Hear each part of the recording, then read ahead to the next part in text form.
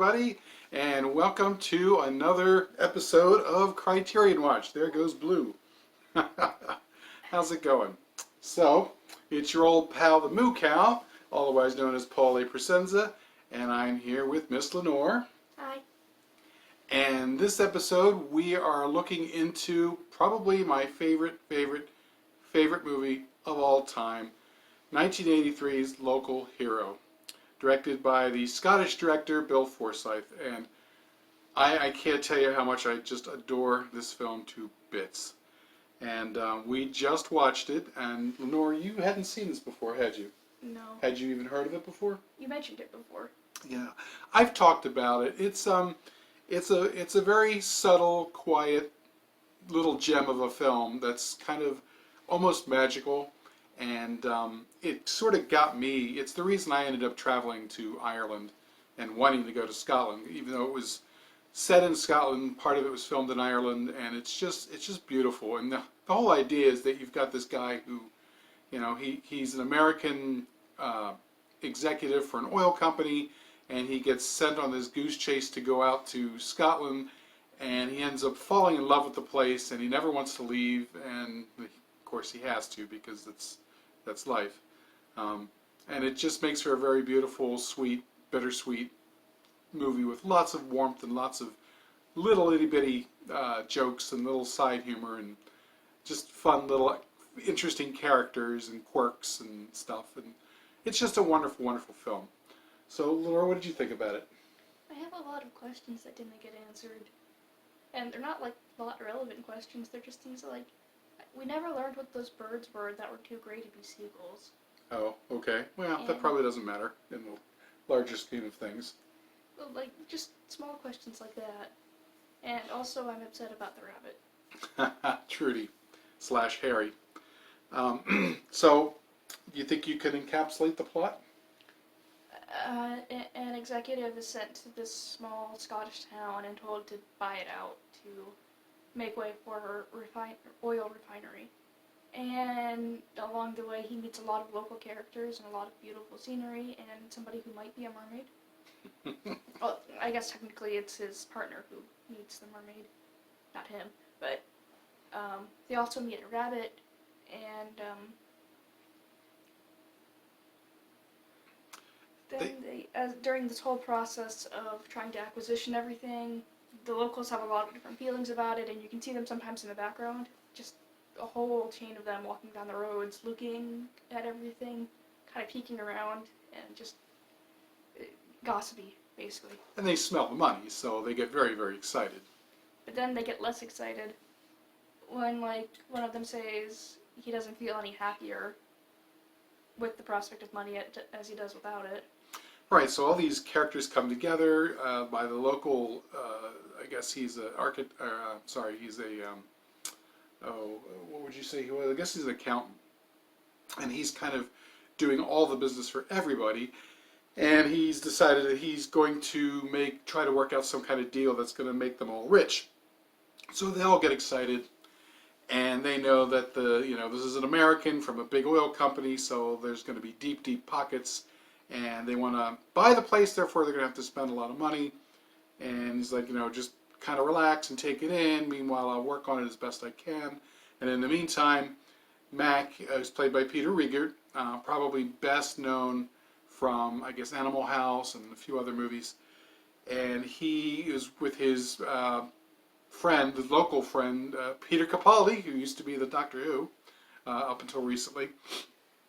And he's like, they're like, just take in the place and kind of relax and see what happens. Well, in the process of all this, they absolutely fall in love with the place because it's unusual, it's very magical. There are bunnies and mermaids, and there's just all kinds of weird characters and interesting characters. The local pastor is this guy from Africa who, just like Mac, came there one time and just never got away and just fell in love with the place and just decided to stay, which is exactly what Mac wants to do at the end. Excuse me. He doesn't get to be able to. No, it's very bittersweet, and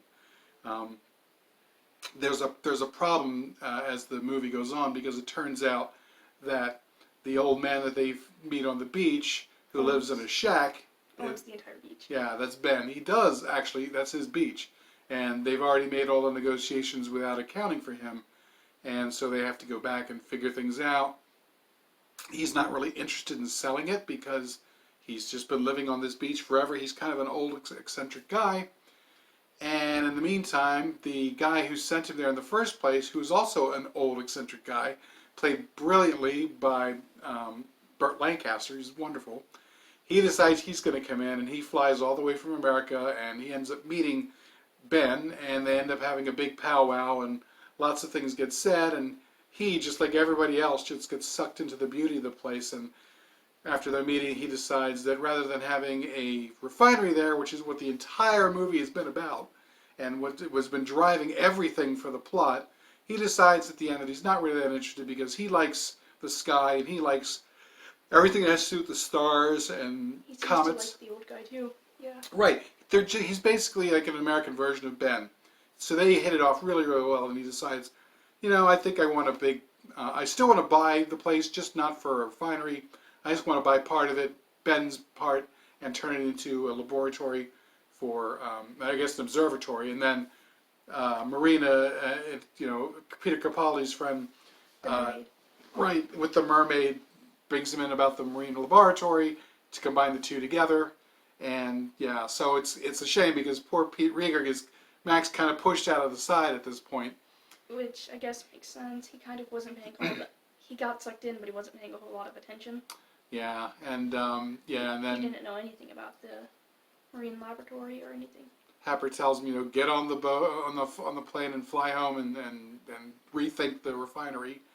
And he's got to go back and sort of go back to his regular old world in the States. And it's a shame, because clearly this place was offering him everything that he didn't have in his life in America. I mean, he had a job, he had all kinds of money, he had a fancy car, he had a nice house, but in the end, that's not the thing that he really, really wanted. He really wanted what Furness had, which was, it just had local beauty, great scenery, it had really sweet people, a woman that he actually fell very much hard for, and just a whole other lifestyle that he looks at and says, my God, this is really the way life should be.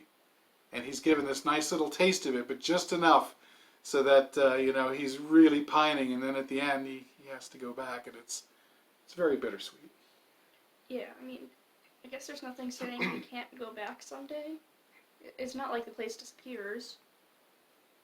Right. And the locals seem to like him a lot. He could probably get a job at the observatory. Well, and that's why he's the local hero, because he kind of comes in and everybody likes him, and he almost pulls off this deal to make them all rich. Not quite. For me, it's a very personal film for me. I've mentioned before, it's the reason why I ended up going to Ireland. But I had a very similar experience when I went to Ireland the first time.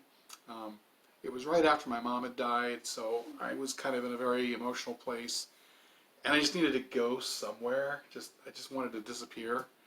And I had never been to Ireland, didn't know anyone there, didn't have any family there. I always liked, like fairy tales and that sort of thing. So I thought, I think I'll just go there.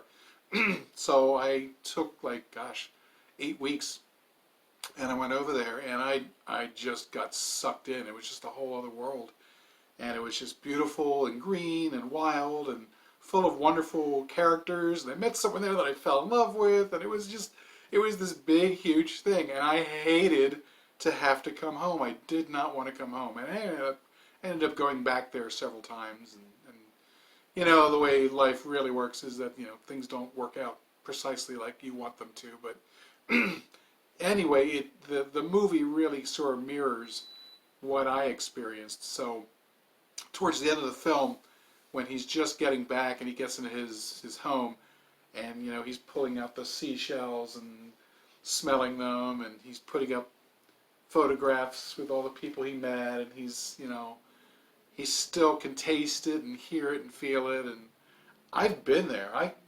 He's longing for it, and he goes out into his balcony. The final scene is very bittersweet to me.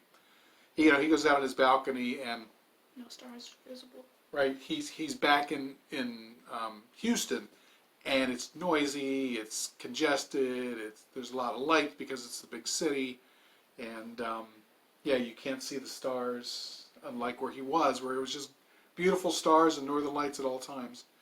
And it's very wistful and bittersweet, and he's looking off into the distance and wishing that he could go back. Dude, I have been there. I've totally been there, and I completely understood that moment.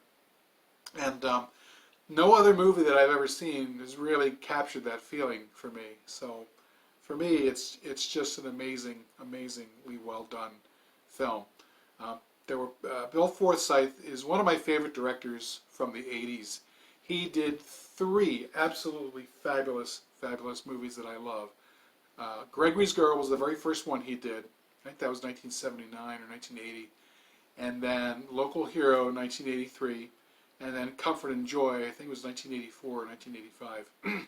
All 3 of those films are brilliant in their way. They're these wonderful, small, low-budget little gems of movies that they're just wonderful pieces of slices of life with wonderful characters and sly, subtle, intelligent humor.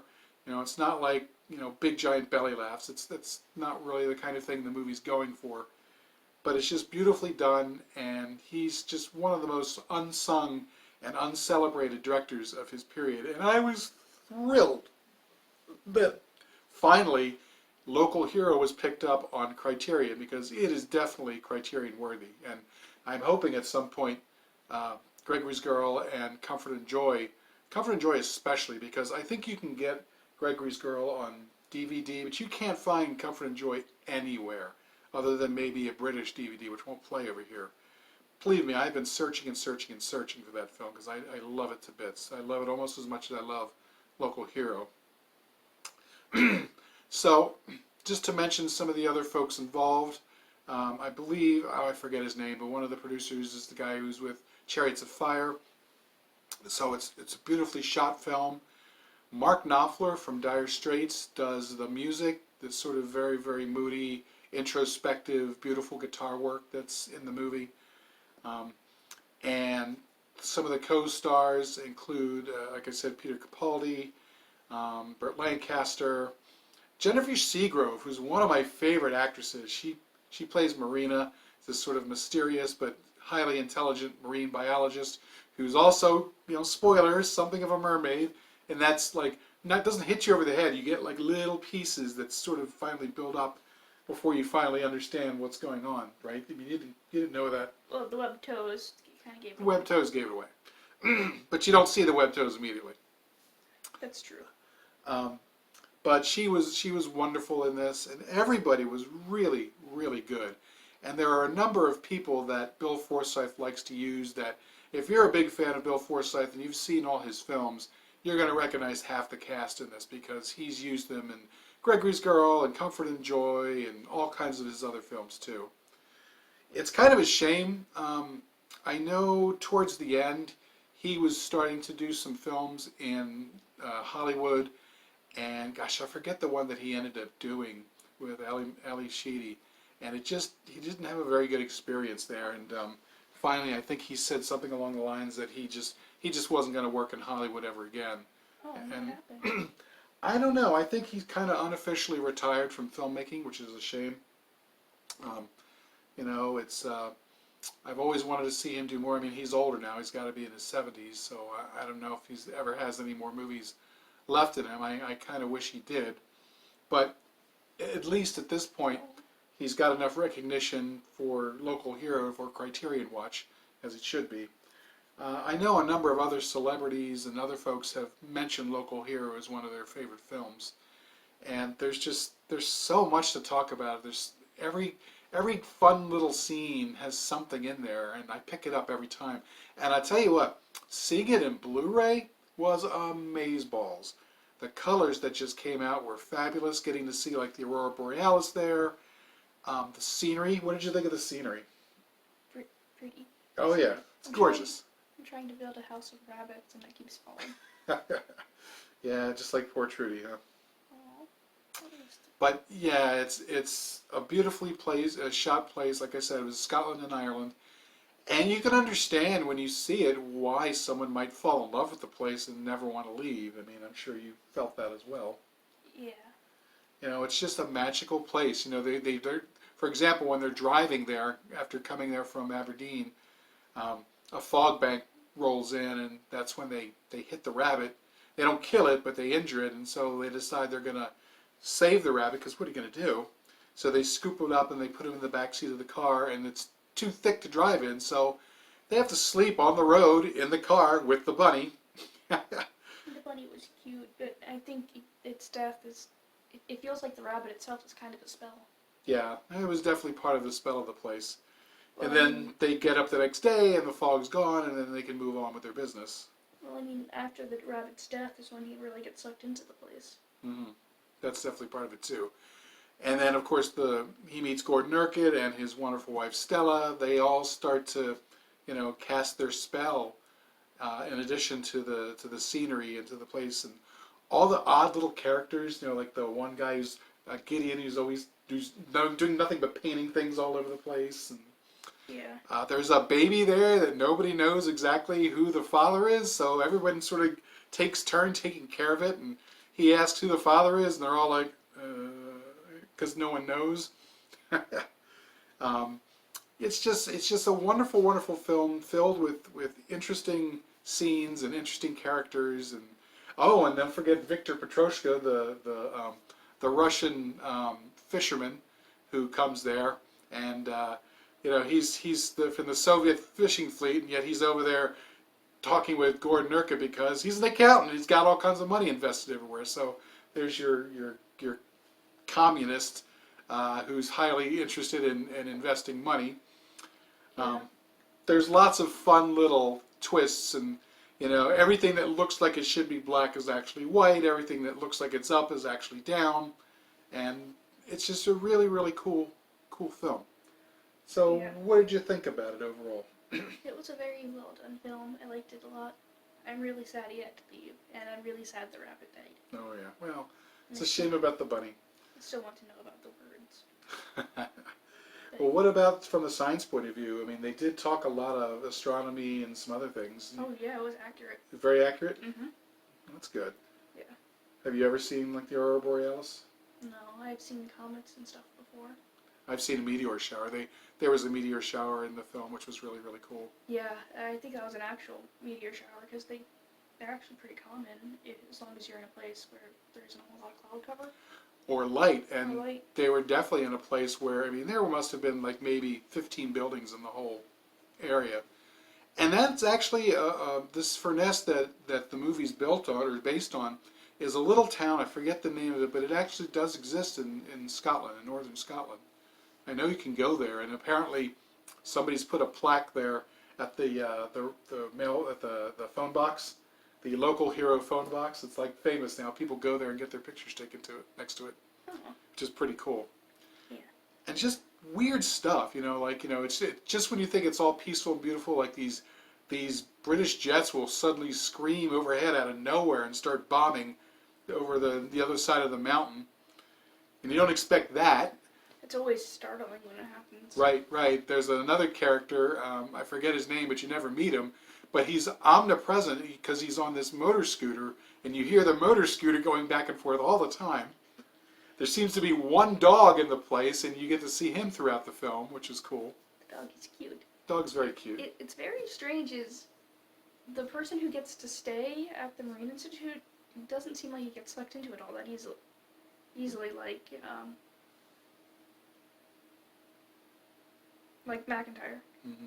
But McIntyre's the one that has to leave. Right, and they all get stuck. I mean, even Happer goes there. He goes there thinking he's trying to negotiate a purchase for this refinery, and he gets sucked in, and all of a sudden he comes down and he's like, yeah, forget the refinery, let's redo that deal. I want to build an observatory here. I think it makes sense. One of the things also is the guy who owns the beach, Ben, his last name is Knox, which is also the name of the company. Right, which was an interesting, fortuitous sort of bit of serendipity there. Maybe he's actually related to the person they bought out. Right, right. And it's funny It's because... funny because they're trying to buy the beach out from him now. Right. And fail. Right, it's ironic. And then Happer's, I don't want to say he's kind of like a stereotypical businessman. He seems very much more interested in astronomy than he ever does in the oil. It's more like the oil or business is just a means to justify the ends. Yeah, I kind of get the impression that because his father was the last owner, the one who bought it out, I kind of get the impression he was sort of forced to take over the company and he never wanted to. He wanted to be an astronomer. Right. And now he has a chance. And he's loaded. He's got, I mean, the streets are named after him. He can snap his fingers and do whatever he wants. He has this magnificent office with his own planetarium built in. You know, the ceiling opens up, and all of a sudden he's got stars there because, you know, with a what do you call it, a telescope and everything. Fabulous. Compared to Ben Knox, who lives on the beach in an area with no light pollution, he just has to open his window. But lives an extremely fulfilling and interesting life because he's always finding weird things that wash up on the beach because it's a very special place. So they're getting oranges from South Africa. They're getting all kinds of things. You know, he's just they're interesting contrasts because they're both living interesting lives. Although the one is, you know, you would think is more interested in the other because of the money.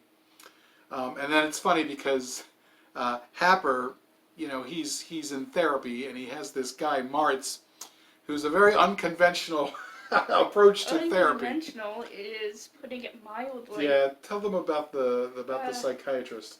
So the psychiatrist is very obviously a hack.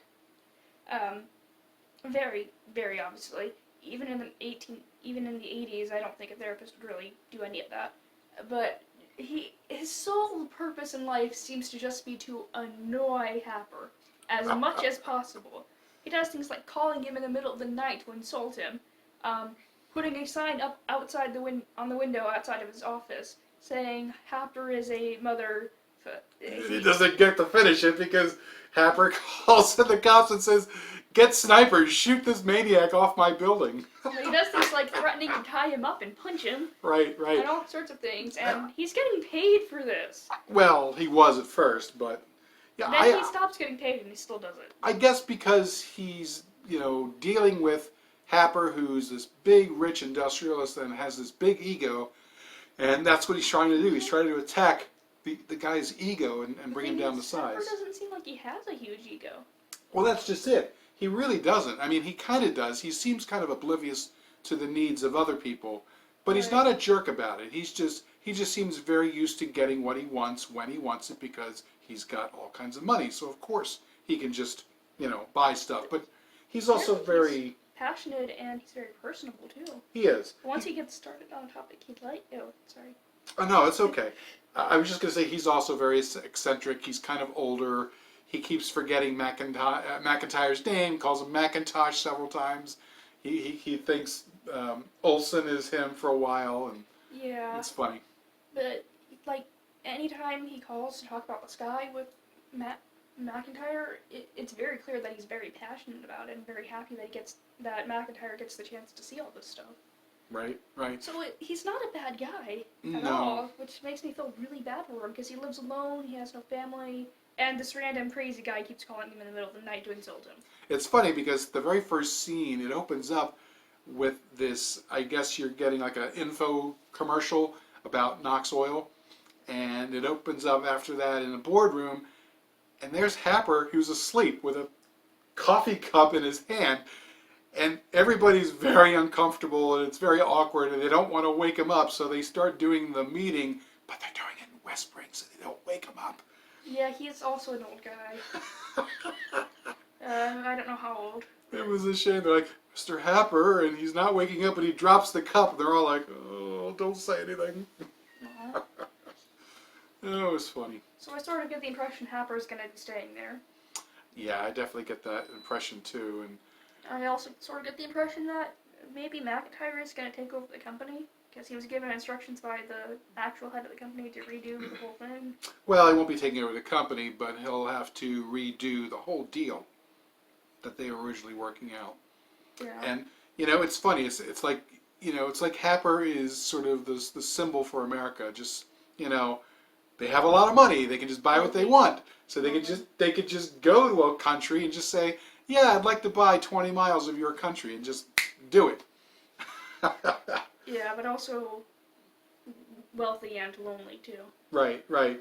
But it's funny because they're all nonplussed. They're all like, "Oh, you want to buy a comet too, do you?" I mean, these little locals who are in Scotland, they can smell the money. They can see what's going on. They know this company's deep pockets, and that they're, if they play their cards right, they're going to get rich. They're going to get stinking rich. And there's one point where it's really adorable, where you've got these two older folks, and they're talking about, just ridiculous subjects that they normally wouldn't talk about. Like the one guy's like, "Oh well, Rolls Royce, you could get all kinds of crab or lobster traps in your Rolls Royce," and the other guy's, "Oh, the Maserati is so much better and so much nicer," and he's like, "Oh, I'm dying to see you try to get any lobster traps in your Maserati," and of course it's not going to happen. Neither one of them have ever driven any of those cars because they're way too expensive. Yeah, but and aren't they tiny? Yeah, well, yeah, it's for the most part, at least the Maserati is. But the point is that, they're talking about stuff that they would only have dreamed about up until a couple days ago because... And at the end of the day, they still are talking about lobster traps. Right.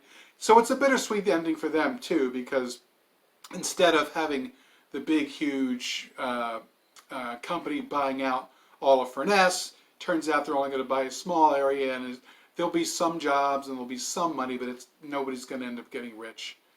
No, but to be honest, they're probably better off. But yeah, and the area is better off too. I mean, it's a good thing that the big oil caper was called off. I mean, it's unfortunate that such things rarely ever happen. Generally speaking, when a large industry like that wants to take some land, they'll take it either fairly or unfairly. That's kind of been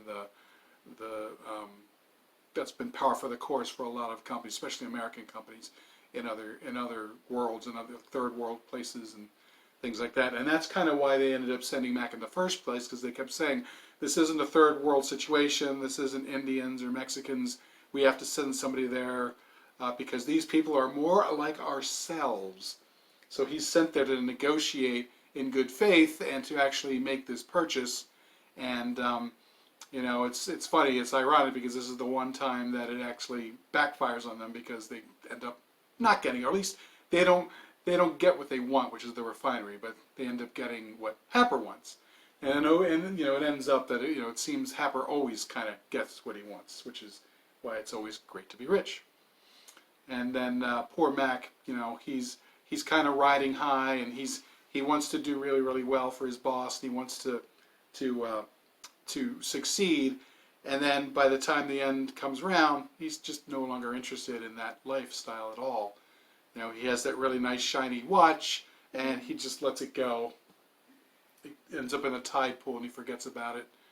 When he first shows up, he has the electric briefcase. Yeah, I can't believe those are real. Oh yeah, there's an electric lock. You have to plug it in and charge it. Why?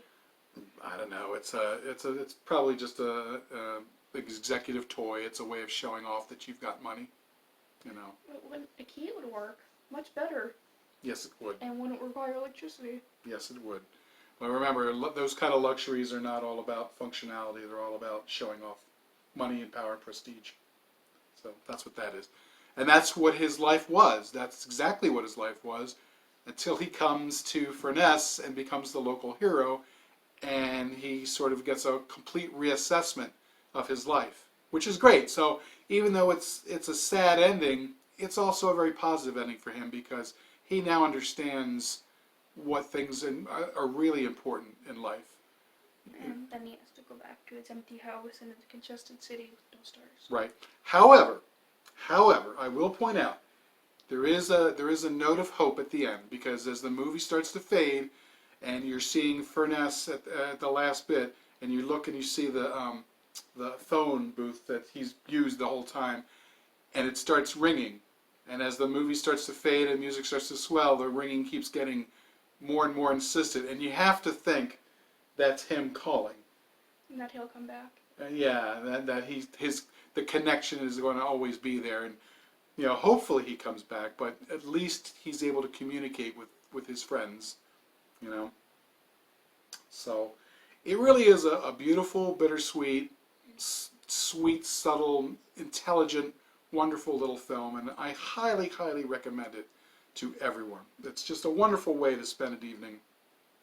Very, very different than most of the films I've been showing you, especially for Criterion Watch, and It's a good movie. it's a really good film, I thought.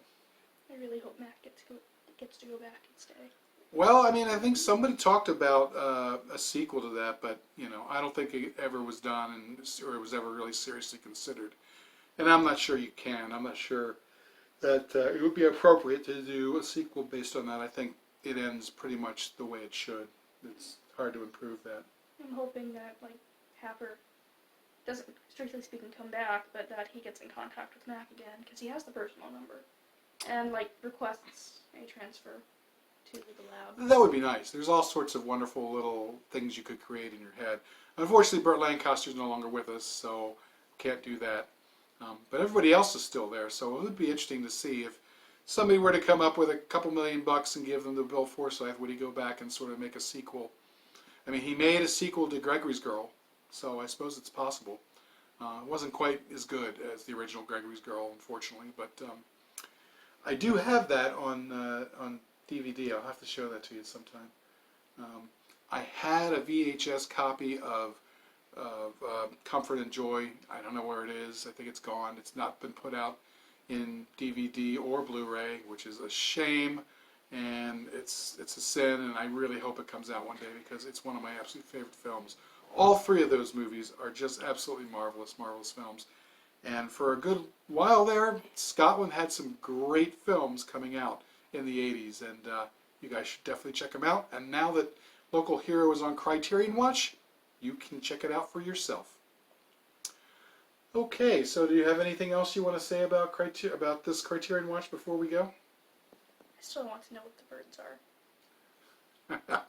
I guess there's some kind of seabird that's not a seagull because they weren't white. And they're about to get an answer, and then it moves on. And the mermaid lady, I think she's actually a Selkie. Oh yeah, it could be. We see a lot of the seals. We do see the seals. Remember, Peter Capaldi's character says the fisherman thought seals were mermaids, and she's like, yeah, they did, but they were wrong. Yeah. Feels like a bit of misdirection there. Absolutely. Because Selkies are not technically mermaids. Yeah, they remove their skin or something and then become human or something like that. And apparently you can keep one if you grab the skin and hang on to it or something like that. I don't remember the fairy tale. If you steal the skin, you can force them to marry you and stay a human, which just feels cruel. Why would you do that? Yeah, definitely. But yeah, the film's not really about that so much. But towards the end, Marina is swimming out in the sea, and you can see the flippers, And you see the actual fins of the scuba suit on the beach. She's not wearing. It's funny. She kind of pops up and goes, in the water whenever she wants. And at one point, she swims off, and he's like, "Where did you go?" And she's like, not coming up for air. Actually, it makes a lot of sense that she'd be a Selkie. She's not she takes off the lab coat to dive into the water. The scuba suit's kind of like a sealskin too. Right. I think she actually is a Selkie. There you go. Could very well be. All right. Well, I think that wraps it up for this episode of Criterion Watch. Thanks for joining us. Local Hero is an amazing film. Please, if you get a chance, do yourself a favor and check it out. I guarantee you're going to love it. And we will see you another time. This is probably your last Criterion Watch, at least for a good while. Because next month is What the Fuck Fridays and Film Freaks. And then August you'll be on your way home. Back to school. But thank you very much for joining us. It was a pleasure having you. It was. And I hope you can show this film to your sister and your friends. I will. All right. Well, we'll see you next time, everybody. Good night. Bye.